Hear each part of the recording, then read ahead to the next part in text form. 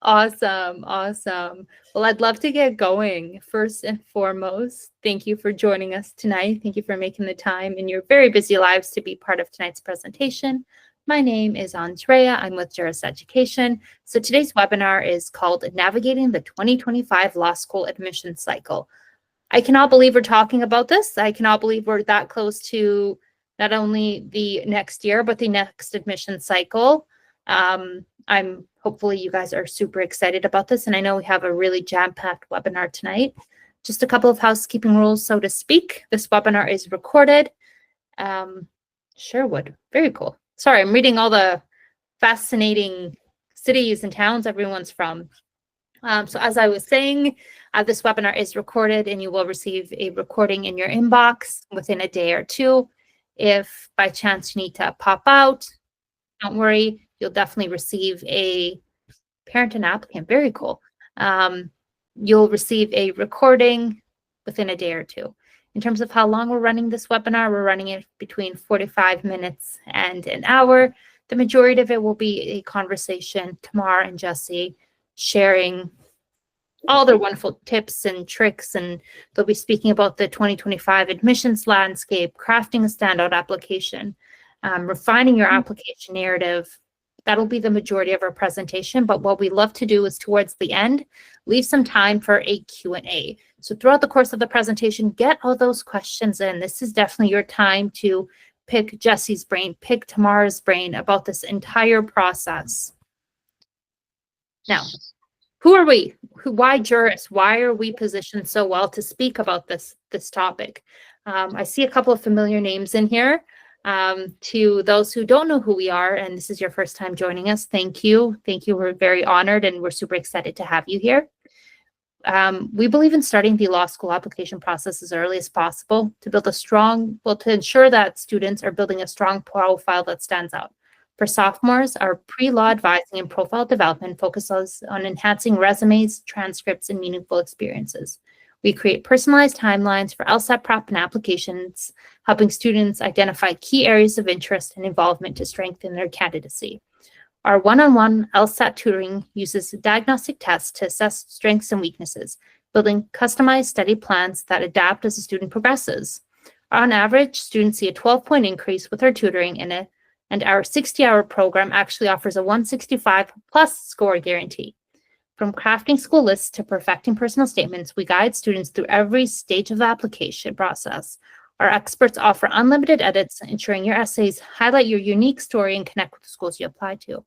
Your dream of attending law schools is definitely within reach, and we're here to ensure that you are supported every step of the way and that every step you're taking is in the right direction. We're super excited to have you here. Please, like I said, don't hesitate to answer, or I should say, ask any questions you may have. We want to make sure that we support you in any way possible.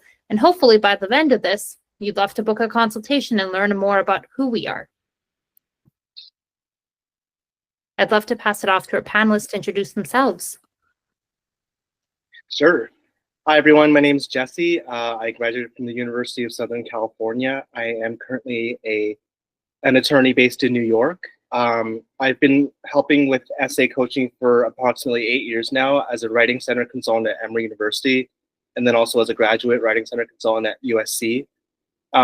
I know how stressful the process can be for a lot of people, and everyone has their own particular circumstances. And I know how competitive this process can get, and it is becoming increasingly so over the years. So I want to share as much as I can in terms of my insight, and so I'm really happy to be here.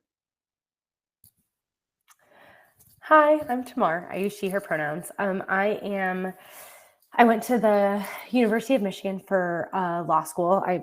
Some of you might see my shirt. I'm repping my school this evening. I graduated a handful of years ago. I was a Skadden Fellow, where I was representing LGBTQ foster youth in the Los Angeles foster care system. Since then, I've done some policy work, some other direct representation work, and now I am a law school professor at American University in their civil advocacy clinic. So it's really nice to be here with you all today.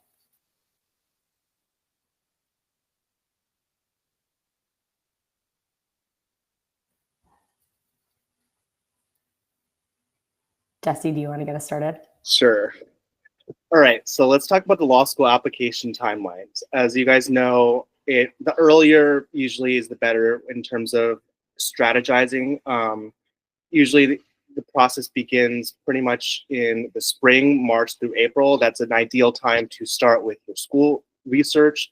That's the prime time to request recommendation letters. The LSAT can be taken, I believe, up to 3 times in a calendar year. So they're offered much more times now than they were before. So you can kind of pick and choose which times of during the year that you want to sit for the LSAT. I believe most commonly it's done from June to August, as you can see from the diagram, although people often take it later on because they want to improve their scores, oftentimes through October and November even. So, that can be flexible and adjustable based on your particular circumstance. August is the best time to build your law school resume. It's time to kind of like distill everything that you've done and kind of hone in on reflecting on those experiences. And September, which just passed basically, we're halfway through October, which is crazy, but that's when you fill out your LSAC application. Again, these dates are kind of flexible, but this is a good timeline to kind of, it's a suggestion for how you would want to approach this process. So September would be when you want to fill out the application. That's kind of when you want to fill in the basic information and get the ball rolling in terms of that. Submitting your transcript is another important thing because that takes a couple weeks to process. So getting that in early is best.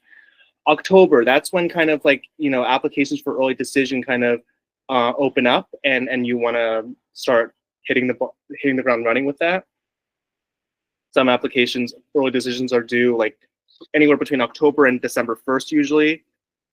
But December is probably like, towards the end of when you would want to have all your applications in, because oftentimes that's legit the deadline, but for early decision at least. And, January through April, that's kind of when you start getting admissions decisions. However, I will say that there are some cases where you can apply for a school in January or February. It's not suggested, but it's possible. I personally actually did do that. I applied in January because I took the December LSAT and I wanted to improve my score. And so I wasn't comfortable applying with my first score. So I waited, and that was a very stressful process and I wouldn't suggest it, but you need to do you got to do what you got to do sometimes. And so I did that in January and it worked out in the end. So, wherever you are in this process, this is a suggestion of what the ideal timeline would be. But, if you work with us at Juris, we'll help you wherever you are in whatever predicament or situation that you're in to help maximize your chance of getting into the law school of your dreams. So take this as a guideline, but not like a strict timeline that you need to abide by, because everyone is different and everyone has their own timeline to kind of navigate.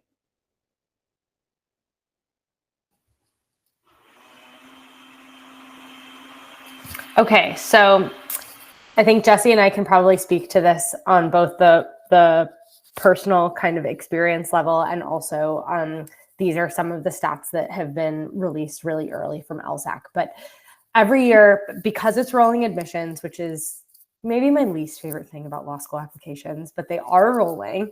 And so every year things kind of shake out differently, right? So some years there's really high application volume, some years LSAT numbers are higher, all those good things. So some of the things that we're starting to see for this application process, and again, these can change because things are rolling, higher LSAT volumes. This is something that, again, LSAC is noting, but also I think Jesse and I can both say that we're seeing this in our applicants.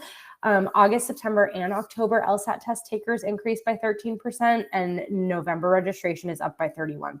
So I think there's a lot of people who are taking the LSAT again to kind of get the score that they want, or see if they can, move the needle a little bit higher, or any of those sorts of things. That's something that I would say I think every single person I'm working with this cycle is doing at this point. So it sounds like that might be a more common trend this year than in past years. There's also a surge in first-time test takers. So first-time test takers rose by 25% year over year for August and September, which means that there were nearly 5,000 new test takers, which is a lot of people. And then there's also been an increased forum attendance. I'm sure many of you have been to those law school forums. Individual schools have them. LSAC has law school forums. There's lots of kind of opportunities to connect with admissions folks. Attendance at the LSAC forums has been up 23%. I think that means that we're seeing increased application engagement and possibly increased applications, although I think it's a little too early to say for sure. Right. So again, with the 2025 admissions landscape, the CAS signups increased by 25%. So there's, as evidenced throughout the years, it's an increasingly more competitive process. There's a higher application interest, and this year it increased by 25%. That's kind of remarkable. So just keep in mind that, you know, with jurists, you're going to have a competitive advantage no matter what, as opposed to if you were to go at this alone.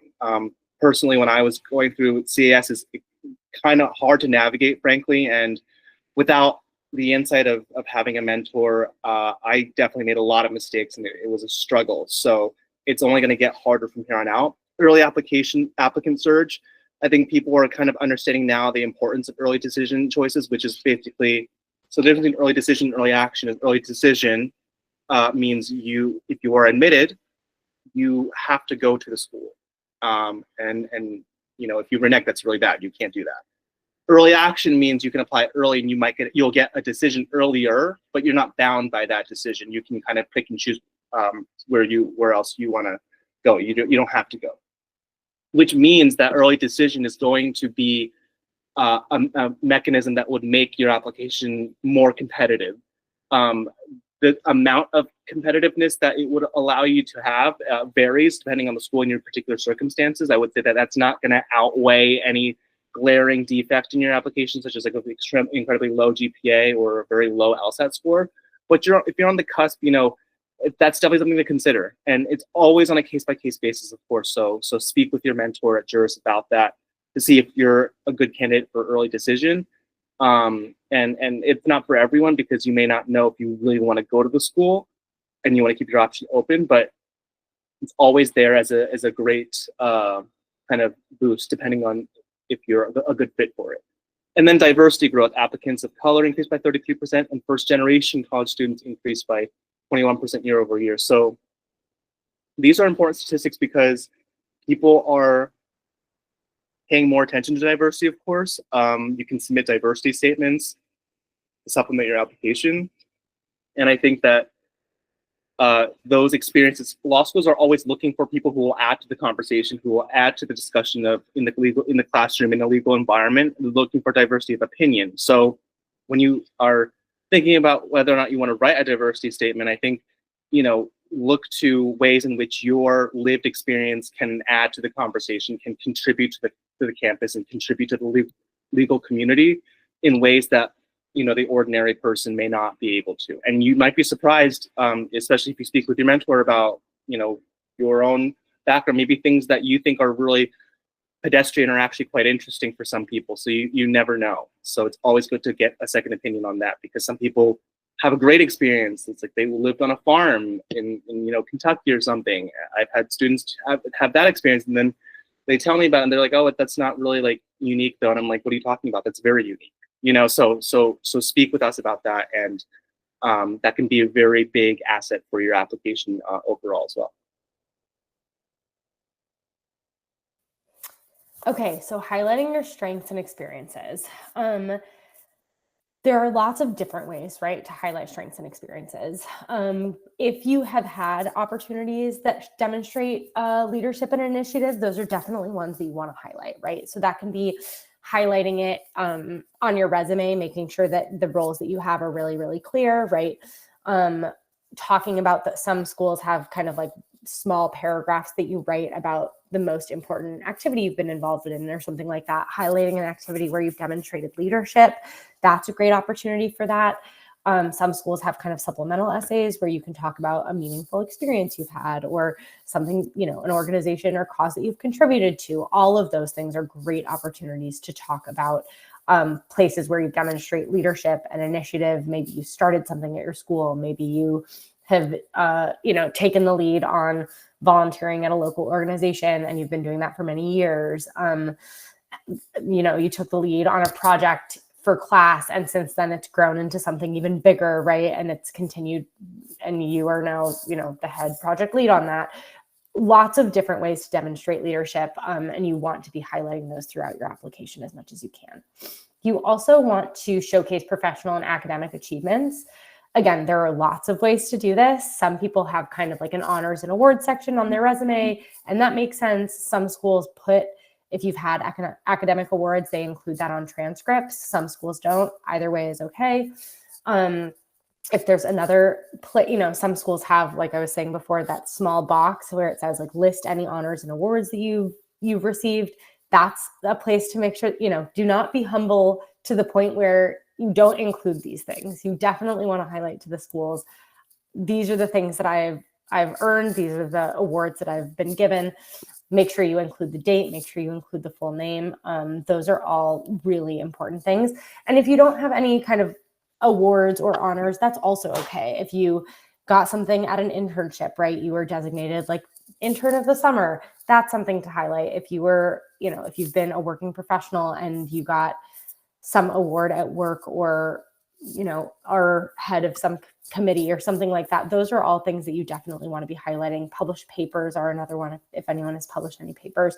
So make sure that you're not selling yourself short and forgetting some of these things. I generally recommend to applicants that you keep a running list, that you always keep updated with honors, awards, things, so that they don't slip your mind, and you review them before an interview, or obviously you make sure they're all included on your application, because you don't want to be forgetting those things. Definitely. Awesome. So how to highlight your strengths and experiences. It's important to have a core theme, I would say. And that theme should ideally point to your passion for law. And, admissions officers are looking for people who have a genuine passion for the law. I think that can be kind of, sometimes it can be hard to articulate because you're not a lawyer, obviously, you're not even in law school yet, but you do have a passion for perhaps an area such as maybe it could even be in the sciences, and that might align you specifically to patent law. And maybe you have a lived experience in which you worked alongside patent lawyers or something like that. Just share your experience in terms of your specific interest, something that intrigues you and is reflected in your experience in terms of your resume. And that can be sort of like the fodder that you would use to sort of generate and point to a future role or experience that would align with that interest that you have expressed interest in, that would relate to a future legal practice area of law when you do become an attorney. That's kind of how you point to the future, is by aligning it with your present and also your past experiences.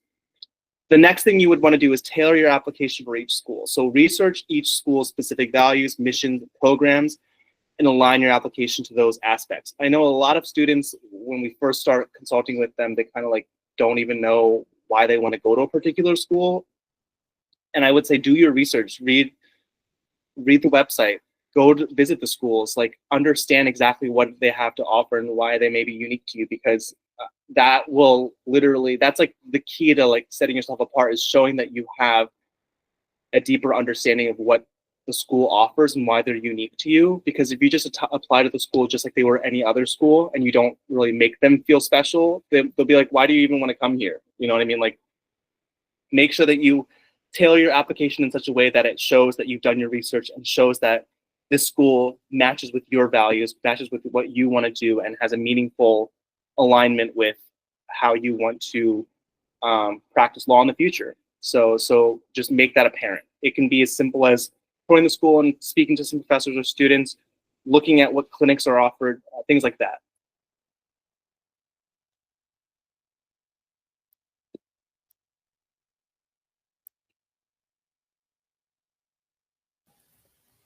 Andrea, I think I'm going to call you back for this one. I am here. So this is a really quick check-in for our audience at home. If you have any questions in the chat, we can start getting to them now, but as of right now, I don't see any. However, I do encourage you to just type away. No question is too big or too small. I'd love to add on, Jesse, you said something interesting about it was around acceptance rates, and then, you know, working with a consulting firm, or even just having a mentor, having somebody there to support you. I think that was really, really key. I know with Juris last cycle alone, I think our T14 acceptance rate was 34%, which is 6 times higher than the national average of 5.7%. So we love what we do, but we also love supporting you through our webinars as well.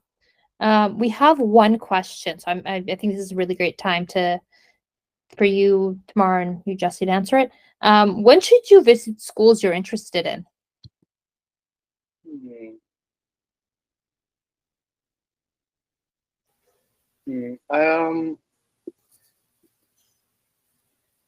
I think the earlier the better. I think you would want to visit the school before you submit your application, because you would want to show demonstrated interest. Sometimes some schools will write down your name and be like, and they'll maybe consult that note later on and mark you down as like demonstrated interest. It could be as easy as that. Some schools don't really keep as close of a check on that. And I have personal experience of certain schools that don't, but some schools do. So it really depends. And I think also the smaller the school, I feel like the more they pay attention to that, because maybe there's not as many applicants, and so they can keep track of that more. But again, sometimes smaller schools are even more competitive, so you could have a lot of applicants. So it really depends. You would want to do your research and see if and how they keep track of your demonstrated interest.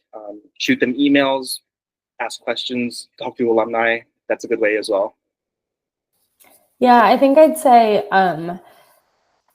if you have an infinite amount of money, early is really great, and so is late, right? Like, I think that it's also super important to go and visit schools that you get into. A lot of them have admitted students weekends, and I generally think that those are actually really helpful. It's good to see like the types of people who would be your classmates. It's good to see like what I like living in this city, all of those good things. Some schools help pay for that. I know some of them, like it depends on how far you're traveling, and they have like kind of a capped amount that they do for like traveling a certain distance.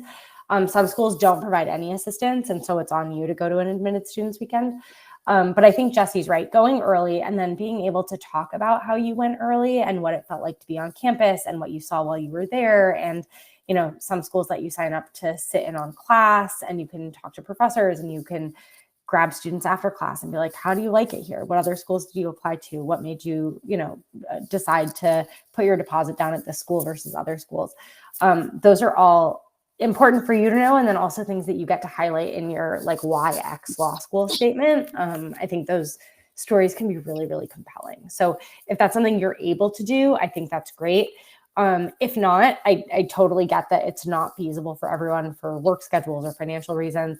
A lot of schools are doing, I feel like since COVID, a lot of schools have started doing online forums. Make sure that you make sure you all get on those listservs and demonstrate interest that way.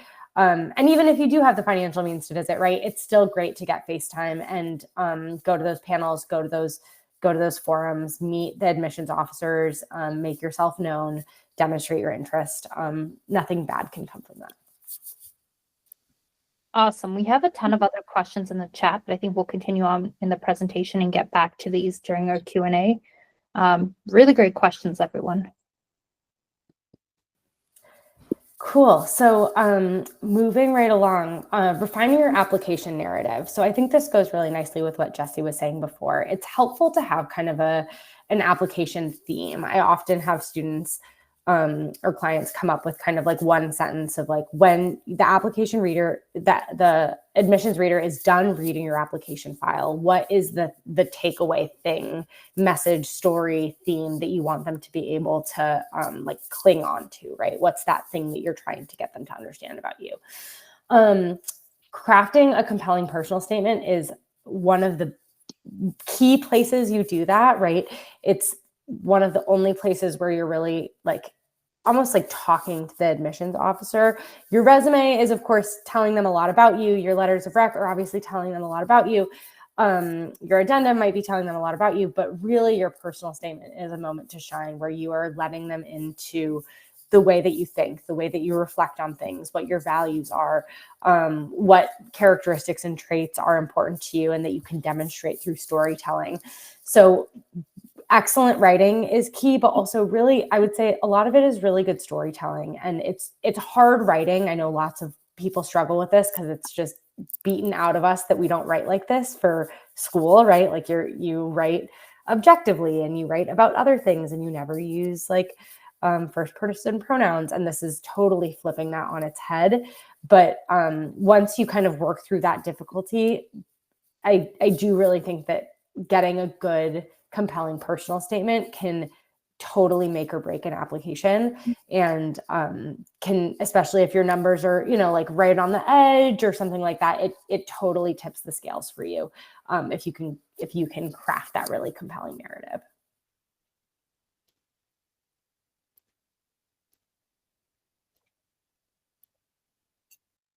All right, so time management is another key issue. Setting clear deadlines. I tell my students all the time, if you have an early decision time, a deadline, especially mark that on your calendar, not even just mark the day down, but mark it 2 weeks in advance, mark it a month in advance, so you know that it's coming. Same with LSAT prep. Get that, straightened out so that you have a block of time budgeted for each day of the week. Make sure that you have time to prepare and to make sure that, as you get closer to the exam date, you have enough time to get yourself in that mindset. Maybe a week or two before, you can even do an LSAT sort of demo prep in which you sit for the entire thing as a practice run through.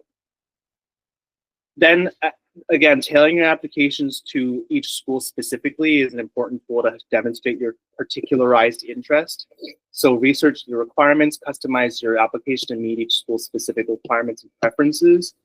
That means looking at the optional essays, looking at maybe they require more than 2 recommendation letters. Maybe they want more than just a personal statement. Maybe they want an addendum in case you have a specific situation in which your GPA isn't where it should be or something like that. Like there are different optional essays for each school. Sometimes some schools don't even have an optional essay. I don't think USC did when I applied. They might have one now. It changes year by year as well. So make sure that you are in tune with that. You can look at that through the law school admissions website. And I believe LSAC has resources as well in which you can check to see what the optional essays are. And then leverage the program. Highlight how the school's specific programs align with your career goals. Look at their clinics, look at their professors, look at the research projects, the publications that they've made, look at their law journals, things like that. Make sure that you show that you have done your due diligence, because if you don't, then there's nothing separating you from the next person. And even if it, that could really, that could make you less competitive if you're just putting down some abstract template language that can apply to any law school. So be particularized, be specific, and do your research.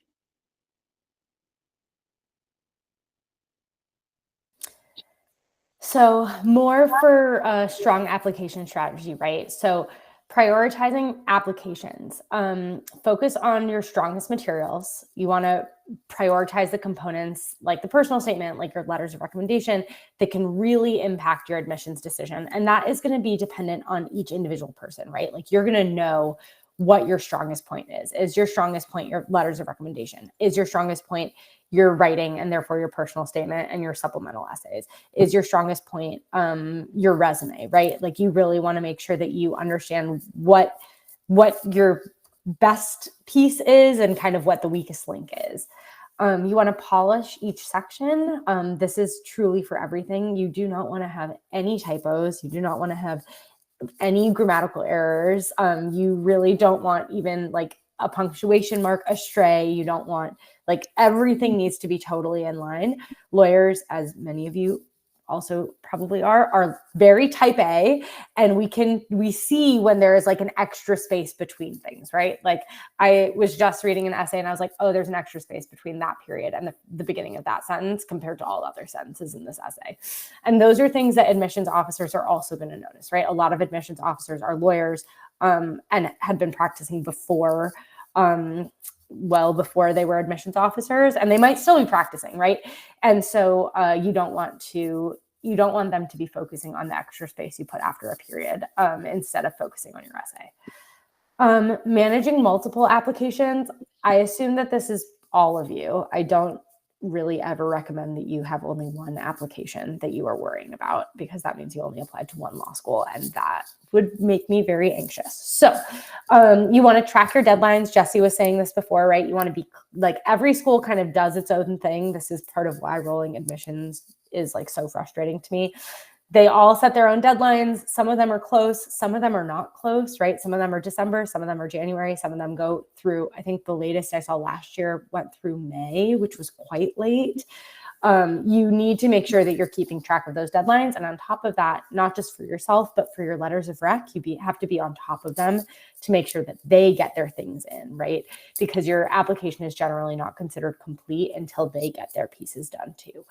And generally just stay organized. You want to have, however you want to do it, if you're doing it on Google Docs, making sure that you have one folder per school, or if you have, your personal statement in one folder and all your supplemental essays in a different folder, or however you are, some people use kind of like a Google Sheets as a tracker for dates and when they're like how far they are on working on things. Whatever is going to work for you, great.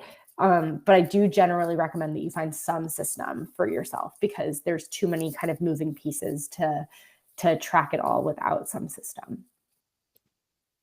Yes. All right. So let's talk about maximizing your chances for acceptance. So focus on showcasing your unique qualities and experiences that align with the values of each law school. These can be your leadership qualities. I would suggest being more specific is usually better, because that kind of sets you apart more. If you were a part of the neuroscience society or something like that, if you were a leader or president of said society, that's also a big deal. Like making sure that you showcase that you are someone that's a self-starter, that you're someone who has the gumption, like the wherewithal to like get things accomplished and to do things, and that will meaningfully contribute to the law school classroom and discussion, and that will engage. Those are the people that they're looking for. They're not looking for someone that's just going to stand there or sit there and do nothing. Strong LSAT scores and GPAs are very critical. I mean, those are sort of like the bread and butter. That's like getting your foot in the door first, and then the sort of the leadership and like the other extracurricular accomplishments kind of like are the next step after that. Like making sure that your LSAT and GPA, if you're still in school, like that's sort of like the most important part right now. But I would say also don't neglect your extracurriculars, like, and that's like a balance to strike, especially if you're still in college. Just make sure that you're not thinking, oh, if I overcompensate by doing a lot of extracurriculars, maybe then I don't have to spend as much time and I don't need to have as high of a GPA. That's not how it works. You want to get as high of a GPA as possible while also doing as much extracurriculars as possible, but don't, if you have to sacrifice some of your extracurriculars, because your GPA and your LSAT score are going to be still the sort of like the backbone of your application. So don't overlook those things. It's a balancing test. So and sometimes there are students that have really high LSAT scores and really high GPAs, but then they have no extracurriculars, and it's like, this also doesn't make for like the ideal application, because yes, you have the stats, but what are you going to do with any of it? Because you don't have any demonstrated experience. So make sure that you're engaged, but make sure you're not doing so at the expense of your GPA. Just strike that balance. And we can help you kind of navigate that as well on a case-by-case basis. Strengthen your application by actively engaging in extracurriculars. Yes, always research each school thoroughly to demonstrate a genuine interest. Don't apply to a school demonstrating a specific interest just to find out after you've finished everything that school doesn't even offer that particular area of study. Like maybe they don't have anything they don't have a tax law clinic and you're really interested in tax law, or maybe they don't have a small business clinic and you're really interested in that area. Maybe their focus is not at all on public interest. Like, make sure that you know what the school is. And I'm sure that if that school that you're applying to doesn't have it, there's going to be another one that does. So if you find out that the school of your dreams is not the one of your dreams, then there's going to be another one out there. So just roll with the punches and figure that out as you go. If you made that mistake and if you didn't do your due diligence before drafting your essay, but if you're still in the nascent stages of your application, focus on that first. Read the website. Oftentimes I find that people don't really read material that's online that's at your disposal. So literally just Google it. Like, what programs does Harvard Law offer? Like, these are things that you can do on your own and that you should be doing before you even start writing your essay, and then go from there. So some additional tips, interview prep, you definitely want to practice common questions. I generally recommend the applicants practice what they're going to say out loud. The worst is when you think you have it all figured out in your head and then you start talking and you get like really tongue-tied. You do not want that to happen. There are some kind of basic questions. Why are you interested in this school? Why do you want to go to law school? What have you been, what are you interested in? Where do you see yourself in 5 to 10 years? Tell me about yourself. Like, those kind of basic questions you should be totally ready to answer going into any law school interview. Follow-up, you want to send thank you notes. This is true if you meet with an alum and they've, given you the time to talk about what their law school experience was like. This is true for if you have kind of a long one-on-one conversation with an admissions officer. This is true after an interview, right? Like, all of those times it's appropriate to write a thank you note. And generally, I would say a thank you email is more than appropriate. I don't think very many folks do the physical cards anymore. And for some of those folks, you might not even be able to really find like a physical address to send them to. And then you want to review your submissions. I think I said this, but it is worth saying again, make sure that all of the documents that you're uploading are the correct documents. You do not want to put the wrong supplemental essay with the wrong school. That is very awkward and does not look good. Make sure you don't have spelling errors, grammar errors, any of those things. All right, common application mistakes to avoid. Number 1, rushing the personal statement. I see this, well, there are a couple of situations I've seen this in, but one of the more common ones is when we work for weeks or months even on a personal statement, and then at the last minute, the student gets cold feet and changes the entire thing at the last second and doesn't tell you, and then they submit it. Like, always trust that when you put in the work and you work on it with your tutor or whoever it is over a long period of time, that the work product that has the time and commitment and effort put into it is going to, at all times, every time, outweigh the essay that you just pull out of thin air at the last second because you got cold feet and you second guessed yourself or something like that. Always trust that the work that you put in and the effort you put in, the time you took in to edit it, the time you put in to revise it, that it's time worth well spent. And you need to honor that and understand that you worked diligently on this, and that is the work product that reflects you best. Don't just change something at the last minute because you get scared, because that will never do you well. Nothing rushed is going to be of a higher quality than something that you put a lot of effort and time into. Missing deadlines, that is really important, because sometimes, it can be administrative or a clerical error. In such a case, like I, for example, had an issue with my transcript when I was applying, and I didn't submit my transcript for processing early enough, or there was an error or something, and that caused a whole delay, and I almost missed my deadline. I didn't miss it. I made it by like the skin of my teeth, but that was not a good experience, and I don't want that to happen to anyone, because that's like not a good way for, that's like not on the merits, you know what I mean? That's not, you're not getting a rejection because you're not the best candidate. You could have been the best candidate even, but you got knocked down because you didn't meet the deadline, and that just is horrible, and I would not want that for anyone. So just make sure that you have a game plan for submitting everything on time, and do everything that you can do earlier. Like, for example, literally uploading your transcripts. You can do that. Like, if you're in your final year of college, you can do that now. You can get your letters of recommendation in early. I mean, that's stuff that can be done in the background while you're studying for the LSAT even. Stuff that can be done earlier, the better. And then ignoring school-specific instructions. So make sure that your essay, your personal statement, yes, largely, I would say, is going to be kind of similar for each school, but not necessarily exactly the same, because each school has its own specific personal statement kind of prompt.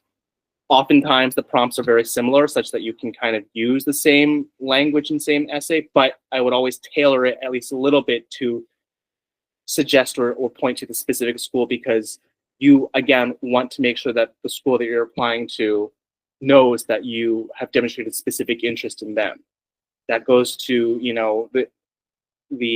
that can be in the personal statement prompt even, but more importantly, that's in your optional essays prompt, the supplemental essays, the diversity statements, like those things that each specific school has different requirements for. Make sure that you look at those, because if you don't do it, and also if anything is optional, it's not really optional. You need to do it. Like, that's not an optional essay. That's an essay that you need to submit in order to be competitive, because if they see that you had an opportunity to submit, an optional essay, and they have a list of optional essay prompts, and then you don't submit anything, it's kind of like, well, maybe you thought that you were too competitive to do it, or maybe you were too arrogant to do it. I think the messaging for not doing that is largely going to be negative, the interpretation of that decision to not submit an optional essay. But, I think I could kind of reason like the other way around. Maybe you ran out of time or something. If that wasn't the most important school for you, then maybe. But by and large, I would say submit the optional essay, draft and work on it and submit it, because you want to do your due diligence each and every time. So waitlists and deferrals, this is also something that I think is really helpful to navigate with someone as much as you can. So Juris Education is a great choice. You want to stay proactive. You want to send updates. You want to send letters of continued interest. You want to make sure that you're still engaging with the admissions office. You want to make sure that you consider alternatives. You don't want the waitlist option to be the only option you're considering. What happens if you get off the waitlist in July, right? Like, when's kind of the last time that you could make a change from the place that you put a deposit? What happens if you've already, found a place and signed a lease? Like, at what point do you feel like you can't exit anymore? Or are you down for exiting, up until the last minute? I think my class, we had someone who got admitted off the wait list the first day of classes, and they left the school that they had moved to and had a deposit for and came to us on like day 2. That would not work for me. I could not manage to do that. That would stress me out much too much. And I would have already like closed the door in my mind on other options. But if that's you, it's good to know that about yourself, right? Like, if that's true, then you need to be staying proactive that entire time. So make sure you're thinking about kind of the alternative paths, and at what point you are happy to go down the alternatives, and at what point you're not. Financing your law school education. So this is an often overlooked thing, but it's really important, because scholarships and grants are a big deal. You can get a lot of money for, exploring the school-specific scholarships and reduce your overall debt. Sometimes schools will even have a specific amount of money that allocated to a scholarship that they can't use unless someone applies for it. And no one applies for it, so it's just, the money's just sitting there. Like, you need to do your due diligence and look at those opportunities. Some of them can be applied to even after you're admitted. These are things that you want to look into. Loans and financial aid, you can speak with your specific mentor about understanding how those work. Oftentimes people do public, they can do private loans, but sometimes you can even do a mix of them. I think I did a mix of them. And managing that is important, because you don't want to spend a fortune on a legal education and not be able to pay back. So those are things to keep in mind for sure.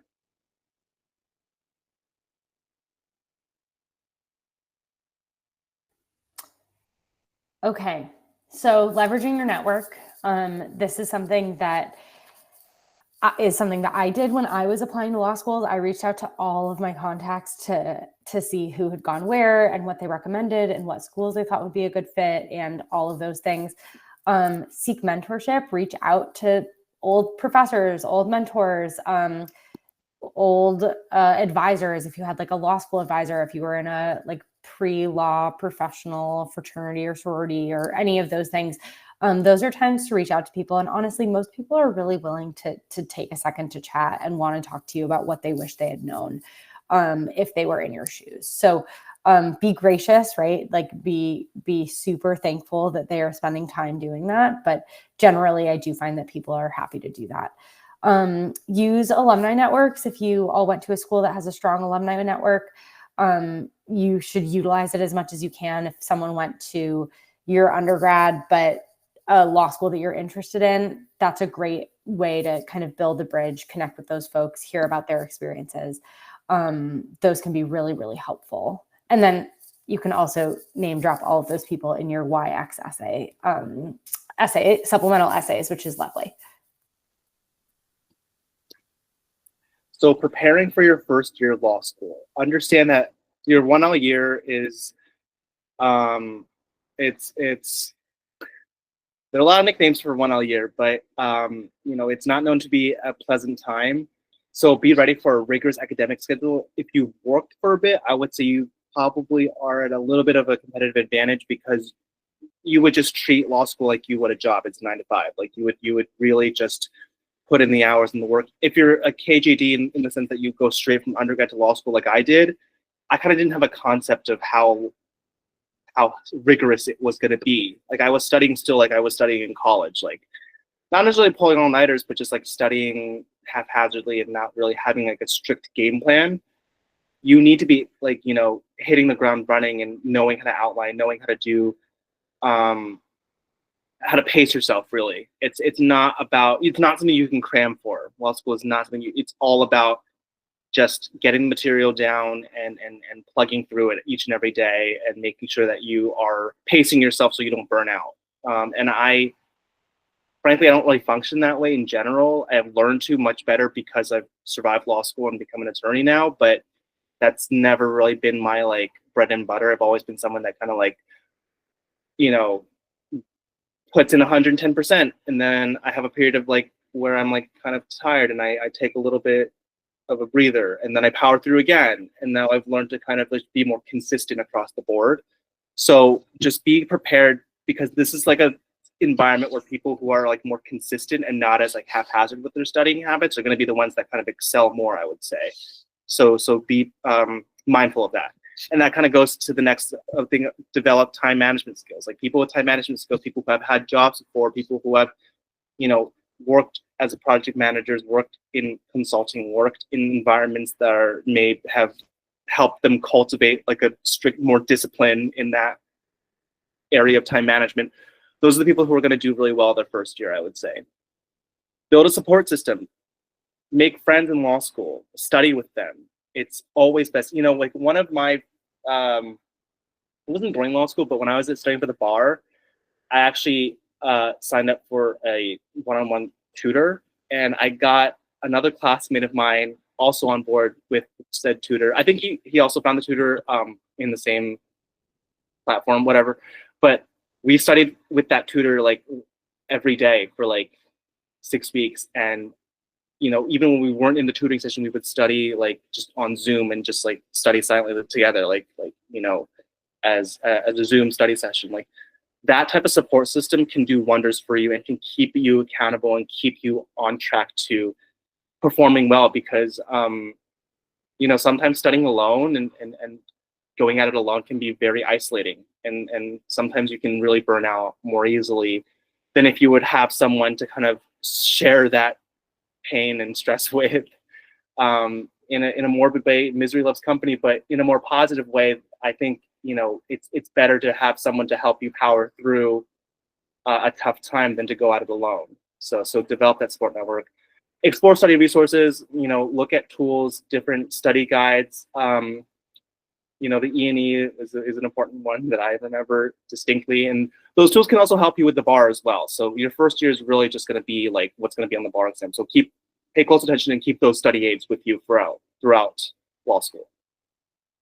Attend orientation events. One of the worst things I did my first year of law school was I was taught from this, a week-long like pre-law school prep course that I took that I spent a lot of money on. I was taught not to engage in any extracurriculars and just like study all day and not do anything your first semester of law school. And that's exactly, or your first year of law school. And that's exactly what I did the first semester. And that was just like the worst thing ever because I was isolating myself. I wasn't taking care of myself. I didn't meet anyone because I was just focused so much on the books. And I struggled immensely because of that. And then the second semester, I did a complete 180 because I went to events. I attended student, organization get-togethers, and I ran for student body secretary, and I won the election, and I became much more involved my second year. And I think those are the things that helped me power through law school, is because I was so engaged with the community, and I got energy from that. So making sure that you are, again, connecting and building a support system is really important. And the last thing, stay organized. That goes to time management and understanding that people with good time management skills, people who know how to pace themselves, people who've worked a 9 to 5 before, are going to be the ones that really excel. So stay organized. Okay, I think our last slide is just wishing everyone the best of luck. Just make sure you stay organized. Don't forget to take care of yourself. Everyone has a really different process. Everyone has, there's no one right way to do an application. There's no one right way to build a law school list that you're going to apply to. Everyone's kind of experiences are really unique, and you know yourself better than anyone else. So trust your instincts. And if you need help figuring out what those instincts should be, let us know, because we have lots of folks who would be happy to consult with you all.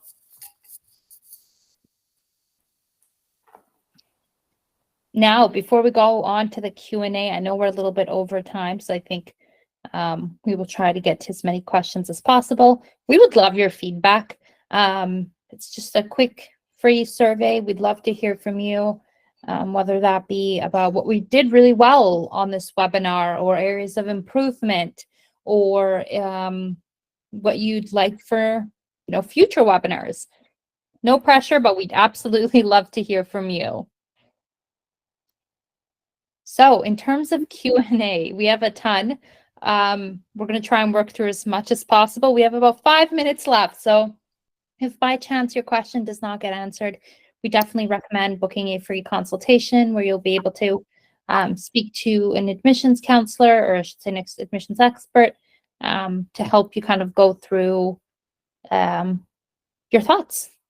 So first question, this is really great. And I think a lot of students feel this way. I feel behind on my timeline. I graduated UCLA in June. I'm working for a nonprofit. Good for you. Took LSAT in September, but I'm not retaking the LSAT until January. Am I too far behind? Do I need to wait for the fall 2025 application cycle? I can start and say, I think it depends on where you are with the rest of your applications. I think if everything else is in and you're just waiting for your January score, it's definitely on the later side. But as long as you check the dates to make sure that none of your application due dates are before your score release date, I think that's okay. You will likely have a better shot applying next cycle because you can get your application materials in earlier, and rolling admission means that you have the best chance of getting in if you apply as early as humanly possible. But I think it depends on a few other factors in terms of how far along you are on the other pieces of your application. If you're telling me that you haven't started your personal statement and you don't know who's writing your letters of recommendation, and like all of those pieces are also missing, then it would be a sprint to get that all finished in time, yes. But if that's not the situation, if you're like, yeah, I have half an idea for a personal statement, all of my letters of rec have been requested, I don't have my supplemental essays yet, but I'm starting to work on them, then that to me is a little bit of a different story. Yeah. Awesome. Next question. This person's also taking the LSAT in January 2025.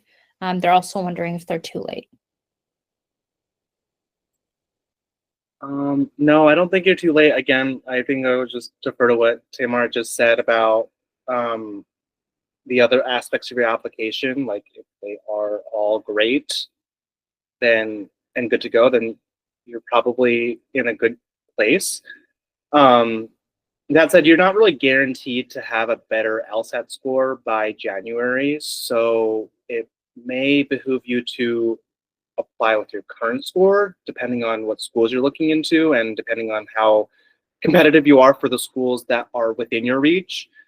And then perhaps if you do better in January, then you can revise and provide an addendum or show continued interest in that way and update the admissions committee on your updated score.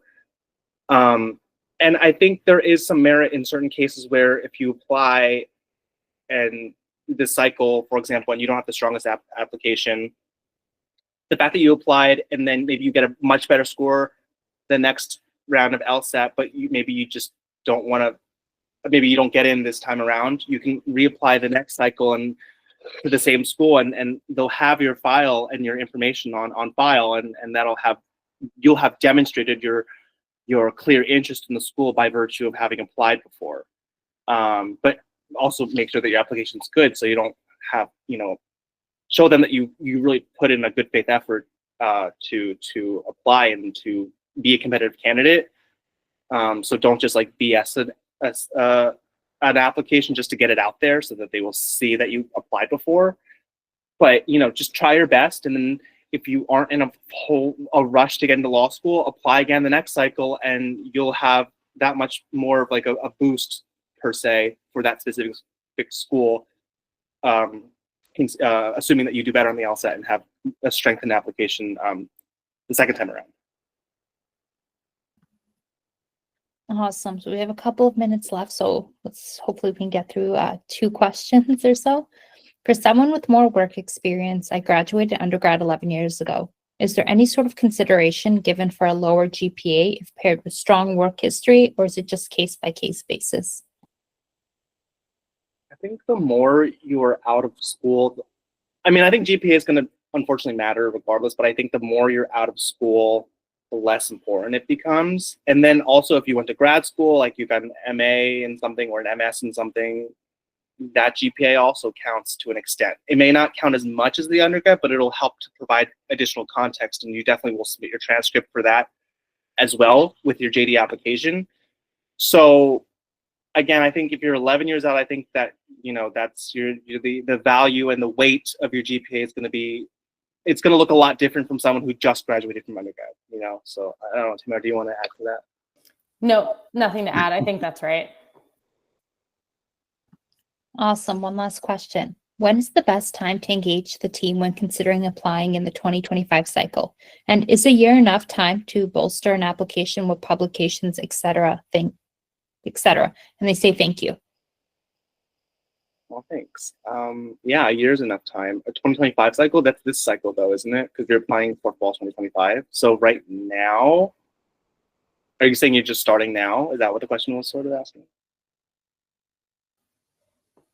Yeah, I'm also sorry. I think this is Julianne Bennett. I'm a little bit confused because I don't know is the team us juris or is the team the admissions team at any given school? Because if the team is us, I would say you can never be too early. I've been working with one candidate for 2 years now. Oh, wow. So early is great. Rush applications are definitely things that we do, but there is less time built in for editing, and it can just feel a little bit more like a sprint. But for the 2025 cycle, if you are entering in the class of 2025, that is right now, which is what Jesse, I think you were saying. Yeah. And so this is, people still come in and ask for our services for this upcoming year, absolutely. But at the further into the fall we get, the more likely it is that people who are using our services are starting to use them for the next cycle already.